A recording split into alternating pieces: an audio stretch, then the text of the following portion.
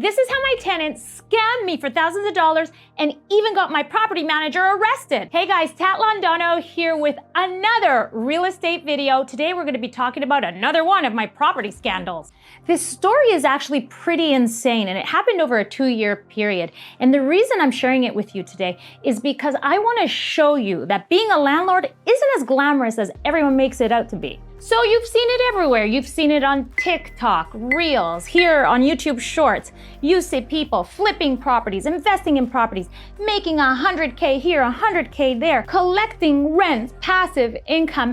Everybody's set for their future. Heck, I'm even guilty of the same thing. But what we don't tell you is that being a landlord is all about the good, the bad, and the ugly. But before we get into it, make sure to hit that subscribe button and turn on that notification bell so that you know when my next video is coming out. So with that being said, let's get into it. So for those of you who don't know, I'm a real estate investor. I buy properties all over my city so I could collect passive income, because that G-Wagon isn't gonna pay for itself. No, seriously, there are many advantages to investing in real estate. Like appreciation, you could buy a property for $400,000 and then in 10 years it could be worth over $1 million. There's also rental income, and this one's my personal favorite. If done correctly, the rents in the building will pay for all the expenses in the building, and any profit left over could be used to pay for your own expenses. In my case, some of my buildings pay for themselves and leave me enough money to pay for my kids' education, my car, my lavish vacations, you name it. And there's also tax advantages. You see, when you own a property, there's plenty of write-offs you could use so that you could pay less taxes at the end of the year. Those are just some of the reasons why I invest in real estate. Now, the way people make the big bucks when buying real estate is when they buy a property that needs to be optimized. You've all heard of the BRRRR method. So when a property needs to be optimized, you basically buy, renovate, rent, and refi. Then you repeat the steps all over again and again and again. Now you can only do this when the units are empty. But sometimes when I buy real estate, they come with tenants. So I either have to buy them out or wait until they leave. Because in my city, a tenant could keep renewing the lease in perpetuity. So in one of the properties that I purchased, that was exactly the case. The 6-plex I had bought came with 3 empty units ready to be optimized and 3 units that already had tenants in them. So if I really wanted to maximize the value of that building, those 3 tenants would have to leave. But I couldn't force them to leave. The average rent in this specific neighborhood ranges between $1,700 to $2,000 a month. So out of the 3 units that were rented, 2 of them were paying okay rent, but one of them had a rent roll of $400 a month. Now, to put things into perspective, $400 a month is a rent that someone would have paid in that neighborhood in the 1980s. So you guys might be wondering, well, why would you buy a building that has a tenant that's paying $400 and absolutely no reason to leave? Well, that's just how the game is played. And when you want to make big money, you got to take big risks. So I went to visit the tenant to offer to buy him out of his lease. Since I can't use his real name, let's call him Bart. So I offered Bart $3,000 to leave the apartment. He told me to go fuck myself. I tried to offer Bart more money, but his answer was always the same. No. Listen, I don't blame him. He's paying $400 for a really nice apartment, great location in 2023. So since there was nothing I could do, I continued to collect Bart's $400 a month. Time went by, my property manager was going through the leases one day, and he noticed something really strange. And when going through Bart's lease, his name was nowhere to be found, and there was a woman's name instead. So, seeing this as a great opportunity to be making more than $400 a month for that apartment, I went back to see Bart. I said, Bart, your name's not on this lease. What's going on here? And just when I was about to get that slam dunk in, Bart had something to say. He said to me very casually, "You're right. That isn't my name on the lease. It's my aunt's name, and in this city, I'm allowed to inherit her lease." At this point, my brain exploded. And the thing is, he was completely right.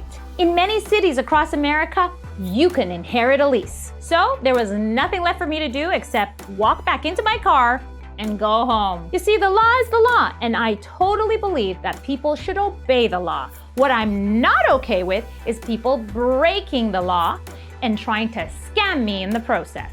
Now pay attention, because this is where it gets crazy. But you know what's crazier? That you haven't subscribed to my YouTube channel, so make sure to subscribe and turn on that notification bell. So where were we? That's right, I got a call from my property manager. He was frantic on the phone explaining to me that 2 strangers were moving into Bart's apartment, U-Haul truck and all. They had boxes, air conditioning units, bicycles. It was clear that these two people were moving in. This is a complete no-no. So to get more information, I told my property manager to go see them. My property manager asked them, what the heck are you guys doing? They said, What do you mean? We're moving into our apartment. We just signed a lease for $850 a month. and that, my friends, is a complete no-no. Because in my city, you're not allowed to sublet an apartment that isn't yours without the landlord knowing. And I sure as hell didn't know. So my property manager knew the rules and asked them to leave. But instead of leaving, they decided to call their landlord. So we decided to call the cops. So the cops arrived at the scene, but so did Bart. Bart explained to the cops that these people were not tenants and that he had not subleased the apartment, that these people were his friends and they were just coming to stay with him for a while. And since we had no proof, the cops couldn't do a damn thing. So because the cops weren't able to do anything, the nice couple moved right in. And then Bart left like nothing happened. This is when we realized that Bart had never lived in the apartment. My property manager was super pissed. He knew that Tenant was lying. He knew those two people didn't belong there. He knew that they were paying him rent to live there. So when the new tenants left to get more boxes, my property manager changed the locks. The next call I got from my property manager wasn't from the building. It was from jail. Yes, my property manager was arrested. He was arrested because there was no proof that these two people were not Bart's friends, and he went ahead and changed the locks, which is illegal in my city. I was so pissed.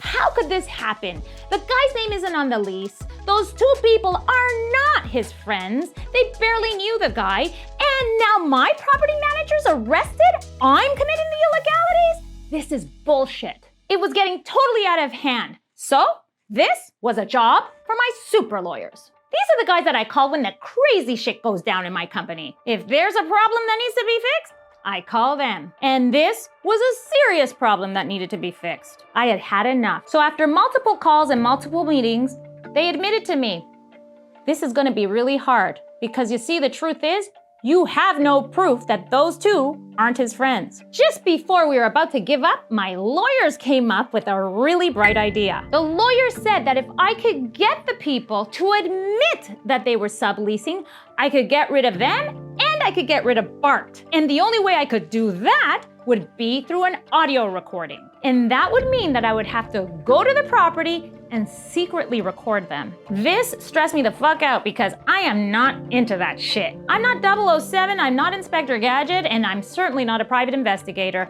I am a real estate agent, real estate investor, and a moneymaker. This was a very, very stressful situation for everybody involved. We knew the guy was lying, and this guy didn't care that my property manager was facing criminal charges. So I had to do what I had to do. I hit record and put my phone in my pocket. Next thing you know, I was talking to the tenants, and what I found out was really shocking.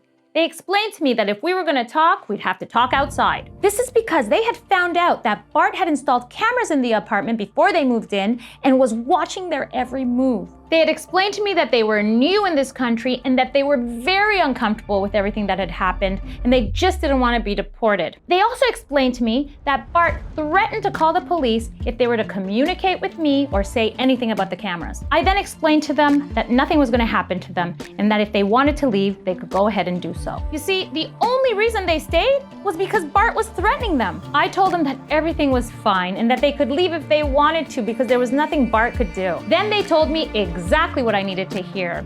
They told me that they had found this apartment listed in a local newspaper, advertised at $850 a month, and that indeed, they didn't even know who Bart was. My lawyers could not believe that I actually got the job done. They were in disbelief. They were like, Tat, this is fucking amazing. Now let's go get this guy. And that's exactly what we did. Bart received lawyers' letters, a summons to appear in court, a visit from the bailiff. Bart was inundated with my attack. And eventually, he caved. And we told him to pack his bags and get the heck out. He didn't have any bags to pack because he hadn't been living there for years. So he went to see my property manager, drop off the key, and we never saw him again. Today, Bart's apartment is on the market for $1,800 a month.